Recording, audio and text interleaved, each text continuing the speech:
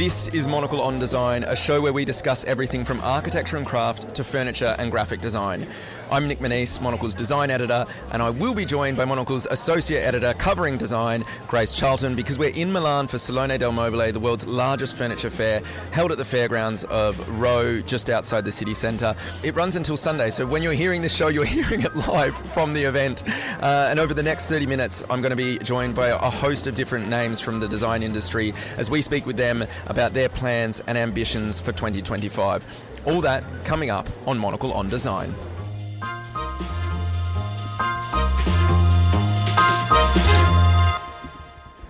Hello and welcome again to today's show.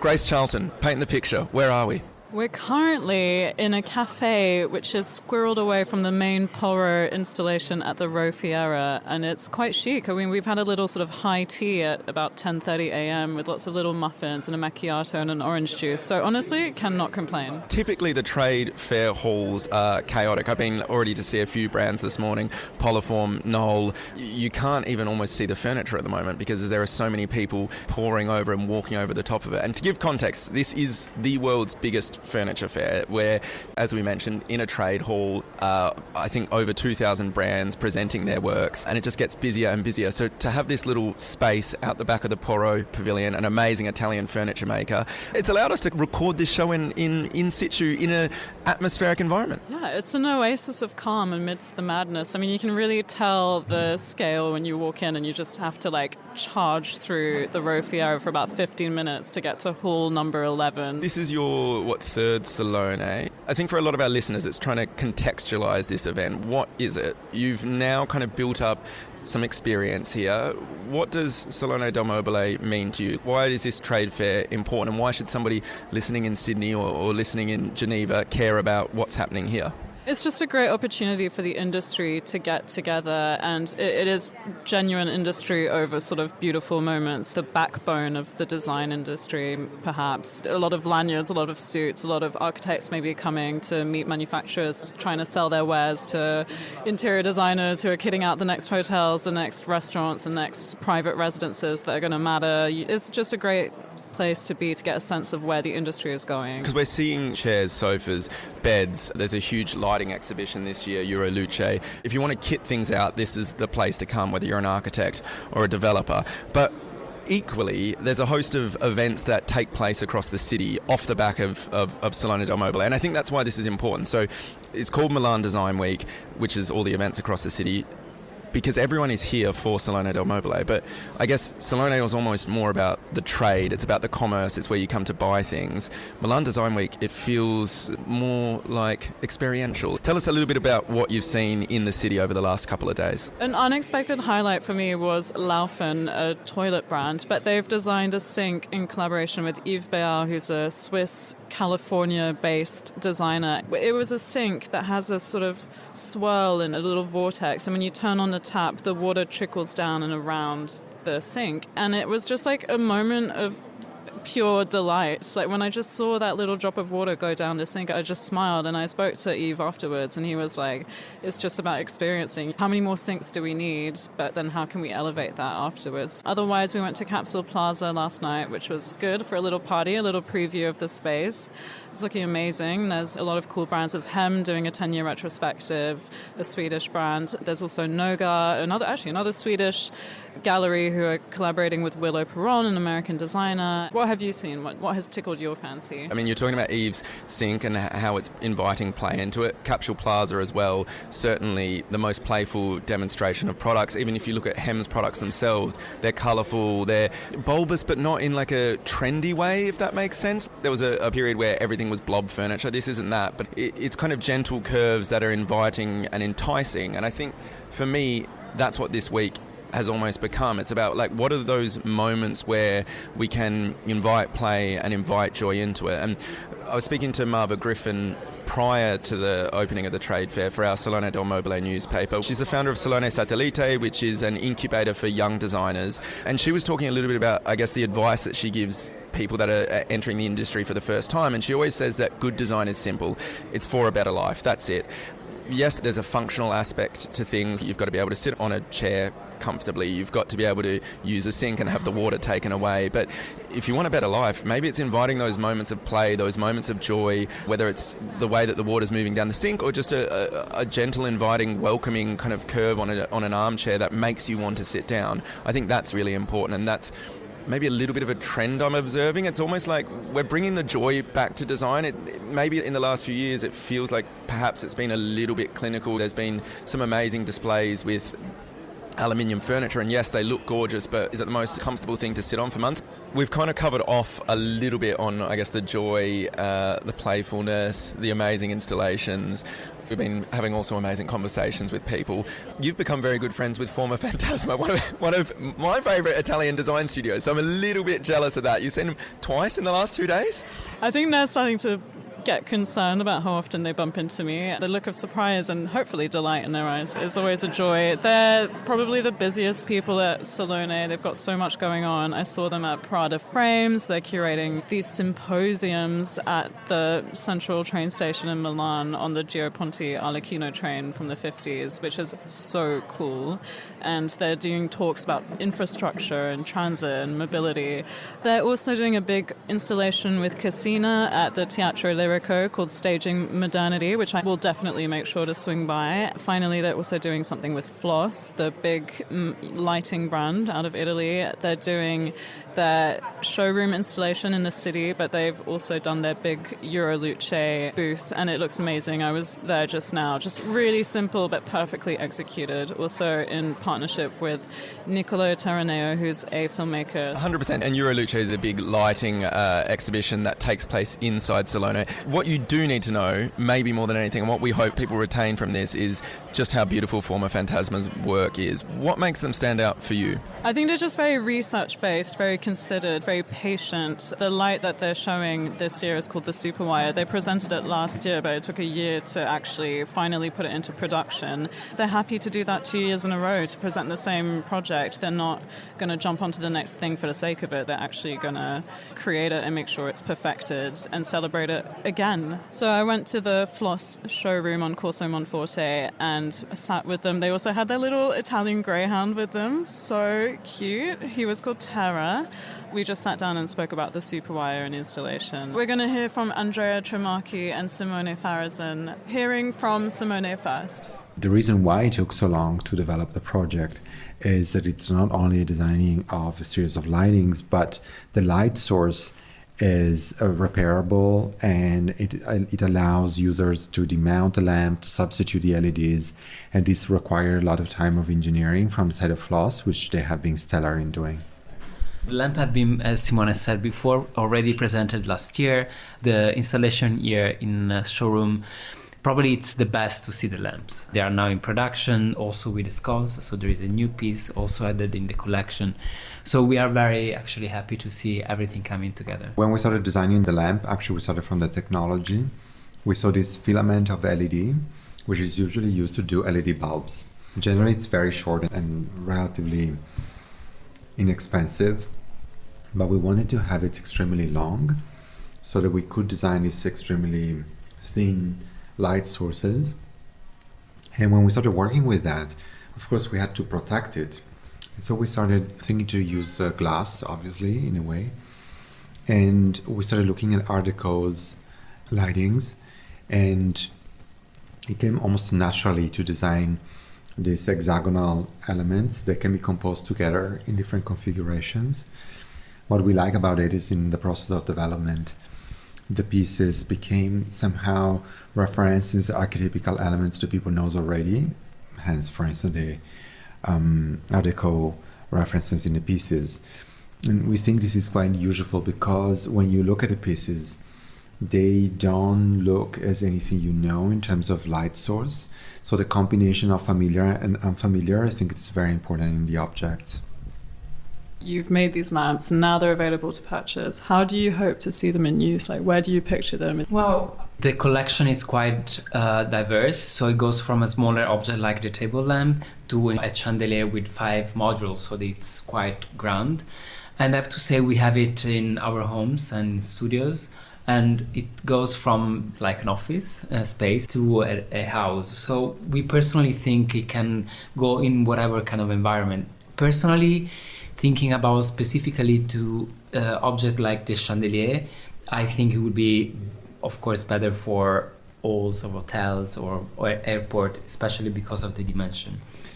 It's not that we designed it with this in mind, but I think, for instance, it would really work for interior decorators. Even if you're doing, for instance, a very commercial environment, if you want to sort of give it a character and push it up, I think these lamps can really help.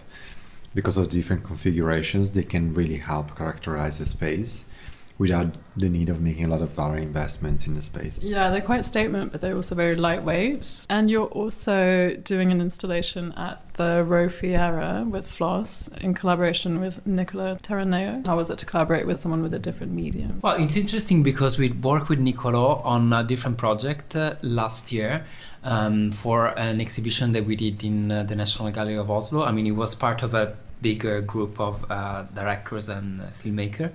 And we loved it already at that time. But when we got the commission from Floss to design the booth and also the video installation, we thought immediately about him, especially for some movie that he did last year for some other brands. It was actually very smooth. And think about it, we also did it in a quite short time. And it has been amazing. So in 2 weeks, he went to practically 7 different studios all around the world and shot this fantastic series of movies. Yes, the idea we had about how to represent the works of designers came from a conversation with Piero Gandini. And he was talking to us about how he doesn't like when he sees these very formal interviews of designers where designers sit down and they clearly reconstruct the process of designing. And I had to laugh because he's actually right. Very often when we sit down and we describe the work we do, it seems so linear and perfect, and it's not. It's messy, it's complicated, it's made of different layers. And so when we started talking about the filmmaking of this movie dedicated to the designers, we started thinking that it should be fragmented, that it shouldn't be so linear.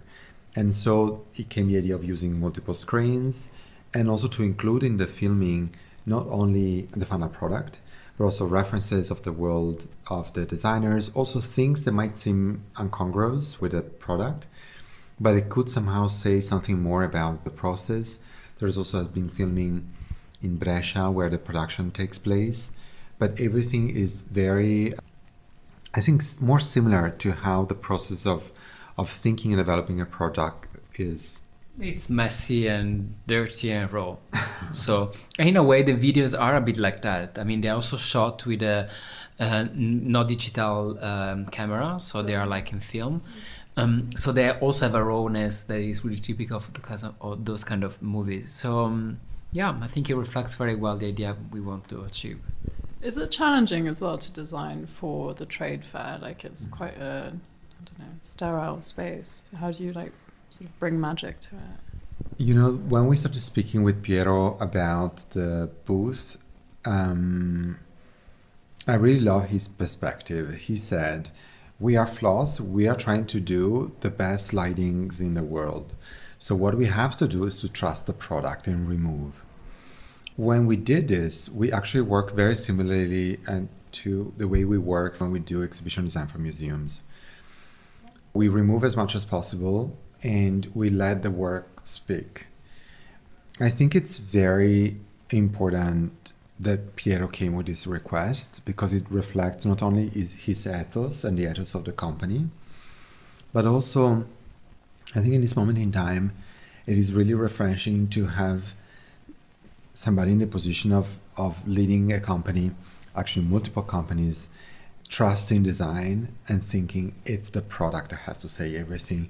Of course, we have the narrative component with the film, but let's remove what is not necessary. And I think that was a really good exercise because we actually concentrated only in thinking, how do we display this product in the best way possible? So the space is quite simple in a way, with very few elements. We designed some architectural, beautiful platforms, but we really made it uncomplicated in a way. That was Andrea Tremacchi and Simone Farazin.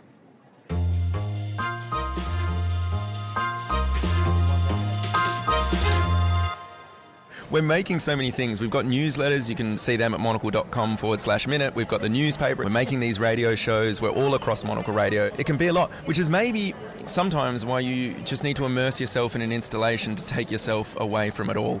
That's what our colleague Ed Stocker did with the New York architecture studio Rockwell Group and its Cork Collective initiative. They produced a show in partnership with the Portuguese cork producer Corticeira Amarin. What sounds really exciting about this is that they encourage visitors to get their hands dirty, to touch elements on display. Like, really ground yourself, earth yourself through cork in what is a very, very busy week. So we're going to hear from Ed Stocker now, who spoke to David Rockwell, the architect. This was the book we've created. I'm a believer that ideas have long tails, and I think as designers, the things we're interested in sort of form early on, and then they continue to gestate in our mind. This came out of three different directions. One is a 40-year history. It was our 40th anniversary last year, and a recognition that the projects that were most meaningful to my studio were self-initiated give-back projects. And as we started to recognize that, it sort of intersected with this growing information I was getting about cork. Early experiences in cork. I lived in Mexico. All our plates were in cork. Cork was part of the fabric of how I lived. And as I started to understand a little bit more about Amarin in Portugal and the possibility of this material, so familiar and so human-centric, had this almost magical environmental property that when you harvest a cork tree every 9 years, you don't cut the tree down, and that bark can be renewed and reground after it's a wine cork many, many times. And it doesn't lose the ability to sequester CO2 even if you reuse it. So it is this magical, flexible, adaptable material, and there are 13 billion wine corks produced every year, and less than 1% is recycled. So it was a combination of looking at the magnitude of the opportunity, something we've loved for a long time, and lastly, as designers, I think a kind of idea of what we could actually do, that designers can self-initiate these things. So that's how it came together. In order to start to think about Casa Cork, we set up something called the Cork Collective with three other partners, Amarin, Bluewell, and Southern Glacier Wine and Spirits, to pilot a program in New York where we collected wine corks with equad vehicles, and every restaurant that we asked said yes. So we have 70 right now. We're going to triple that in the next month. And those corks will be reground and turned into this beautiful, environmentally friendly material that for our initial pilot will be used for playgrounds and community spaces. The non-for-profit will do that. And that model is something we're now in the process of scaling nationally and globally. So being here in Milan, we're partnered with Etico that collects, I think over the last 10 years, 300 million corks. It's in some ways like a thought starter. It's a very complete thought starter. And in imagining how we might have that live in a space, I think we put on our storytelling theater hat and said, let's do this in a number of chapters that, among other things, having been a Salone many years, give people a chance for hospitality, a chance to sit and talk and be welcomed and not just look and read. Well, let's talk about this amazing space. You talked about theatre. Yep. There is something almost theatrical about it. You come in, there's a sound experience, there's this incredible tree in the centre of the space. And then where we are sat now, we're near a bar where they're getting drinks ready, it looks like, even though it's the morning. Good. I like it. That's Design Week in Milan. Tell me in a little bit more detail where we are right now, what it looks like. We've looked at spaces for the last 3 years here to pick this space. And the things we liked about this is we were able to create an entry that is very much like a procession. It has, you sort of decompress and get from the street, which is this kind of beautiful residential neighborhood. And you come through a corridor that on either side has wall sconces made out of different forms of raw cork. So it's like an introduction to the cast of players. And there was a soundscape that our lab, we have a lab at Rockwell Group, took the sound of harvested cork being harvested and turned into a soundscape. And then that opens up into, like most processions, when you think about a kind of lower entry, then pops up into a big space, into a skylit space that features a 6-meter-tall tree that is a replica. We did a sort of mold and we scanned a tree in Portugal when it was being harvested. So the tree is in the process of being harvested. It's 6 meters tall, and it was 3D printed. It was a big lift to do that. And then Amarin not only allowed us to scan the tree, but it's clad in virgin cork. So all the cork that you see is just falling off the tree. So we took extras. And that tree sits in the middle of the kind of laboratory workshop. On one side, there's what we hope is the first of many annual student competitions. And Polytechnic Milan and Parsons each taught a course making their products in Portugal, doing R&D over a semester on cork. So we're displaying that. And on the other side, we have a large cork table where there'll be demonstrations throughout. Many of the materials that you'll see in here, like the Sugo carpets, which is a startup company out of Portugal, making these beautiful carpets out of cork, will demonstrate them. And I think designers coming through here will start to have an idea about, first of all, the range of amazing, generous partners who we curated and lent us their products, amazing partners who made custom products for us. It was a little bit like a mission that we got other people to be on board. So you go from the atelier into the last room, which we call the Salone, and it has a stunning CNC milled bar at the center of it, and then different kinds of cork wallpaper, cork furnishings, some custom pieces, and a number of, as I said, curated amazing pieces. That's a Tom Dixon bookshelf. That's a Jasper Morrison incredible chair, and some less known designers as well. What do you hope will come out of this? Is this something, David Rockwell Group, which is obviously big, you have offices in New York, LA, Madrid, is it something that you're looking to incorporate more into your work? Is this purely an educational thing? What's the motivation, I guess, behind all of this? Well, I guess at its core, the motivation is to take a designer, architect's lens and aim it at something where we can really make a difference.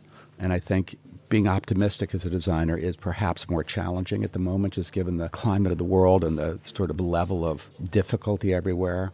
But I do think inherently design is optimistic. So I think it is an example of a kind of circular economy.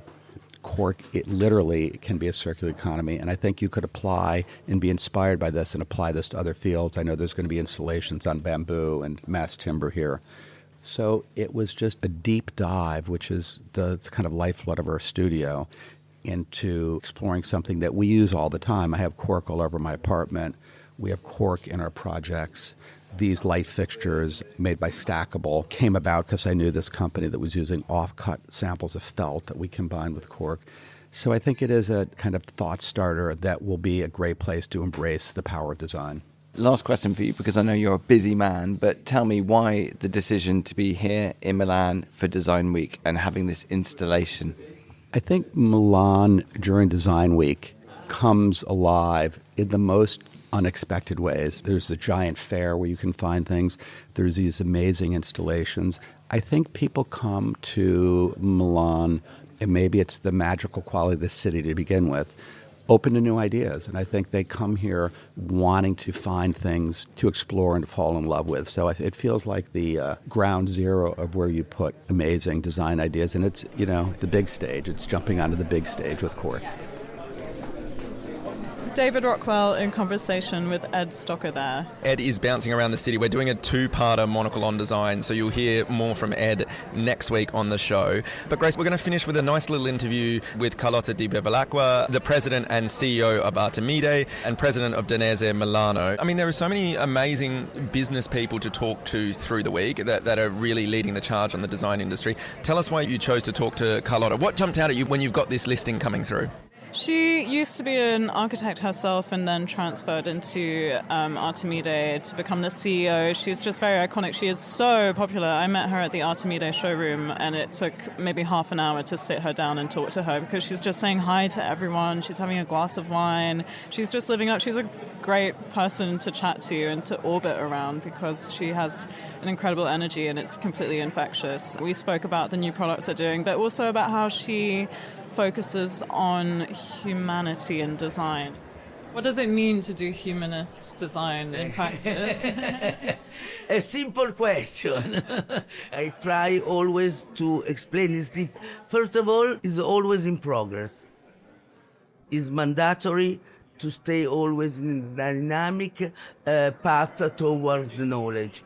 And when you discover, it's not a matter of creativity, it's a matter also of go deeply in the knowledge, scientists and so on. Because light is a phenomenon that is linked to the physics. Every country, every culture has a different revolution. And here we merged the culture of manufacturing. Manufacturing is a wide spectrum that is not only industrial synthesis, that is important to deliver in a democratic way to everybody a good solution. Artemide is a great synthesis of the way to manufacture, so the future, but also the past. Translate the meaning of project through the architects. This is our focus. They are the real partners to understand light in environments. It's an ethical approach, it's an industrial approach, it's an artisanal approach, but mainly the passion is to discover through the knowledge. That is not easy because you have to study, you have to go deeply. You've got an amazing roster of architects this year. You've got also engineers, you've got Arab. We don't want limits. It's interesting who is involved to design the future. My passion is more and more is because the improvement of electronic technologies, lighting technologies and so on, and keeping anyway the concept very important of manufacturing together create a world that to me is fantastic. Artemide, so much heritage. You've also released new from the archive pieces for this Salone. How do you go about that? How do you pick and choose? It must be so fun. I know that I have to turn because I'm too much philosophy. Coming back to the history of Artemide and to the role of Ernesto Gismondi, that was the founder. Ernesto was an engineer. He designed aircraft and rockets and so on, but he was really passionate to the new era of industrial reaction after the war. The growth of Italian design, so he established the factory, established relations, everything. He has really this knowledge of manufacturing. So the synthesis, I learned this from Ernesto. Keeping alive, of course, because really he has signed a very important piece of design history. We really are always focused in designing something that doesn't already exist. We don't want to copy, we don't want to share. We want really to introduce something that doesn't exist, and Laura Sagliati will give you a list of all. How many patents this year? This year, 3. But all together? All together in the last year, 30. Patent of invention is something really, it is not a matter of shaping. Yeah, it's the technology. But synthesis is really our target, to put together all of these energies, lighting energies, manufacturing, knowledge, relation with the space, relation with the environment, but at the end arrives the beauty. That was Carlotta de Bevilacqua. We're coming to the end of the show. I mean, Grace, what are your hopes, ambitions, dreams? When you come back to London next week, what do you want to have taken away from this week? And there's so much more I want to see. Being at Milan Design Week, you just have to make peace with FOMO and like stressing out about having to miss something. So everything is just so amazing. It's the best week for design enthusiasts like ourselves to come and absorb it all. So I hope that I'll see all the different showcases, get a better feel. It's only Tuesday and we're here for a little bit longer. That's my biggest aspiration, I guess. What about you? For me, it's going to be connecting with designers from across the globe. If you're listening and you're in Milan, Capsule Plaza seems to be the place to be. Convey seems to be the place to be. These group exhibitions are really moments to connect with the next generation of designers. And then I think it's a continuation of this trend of maybe putting people at the center of design. I really want to see that atmosphere, that ambition can continue on beyond this year's biggest furniture event in the world, Milan Design Week. But that's all for today's show. For more design stories, listen to our 5-minute midweek bonus show, Monocle on Design Extra, which airs on Thursdays. And if you enjoy print, then do pick up a copy of Monocle magazine as well. It's on all good newsstands now. Today's episode was produced and edited by Maylee Evans. I'm Grace Charlton. And I'm Nick Manise. Thanks for listening.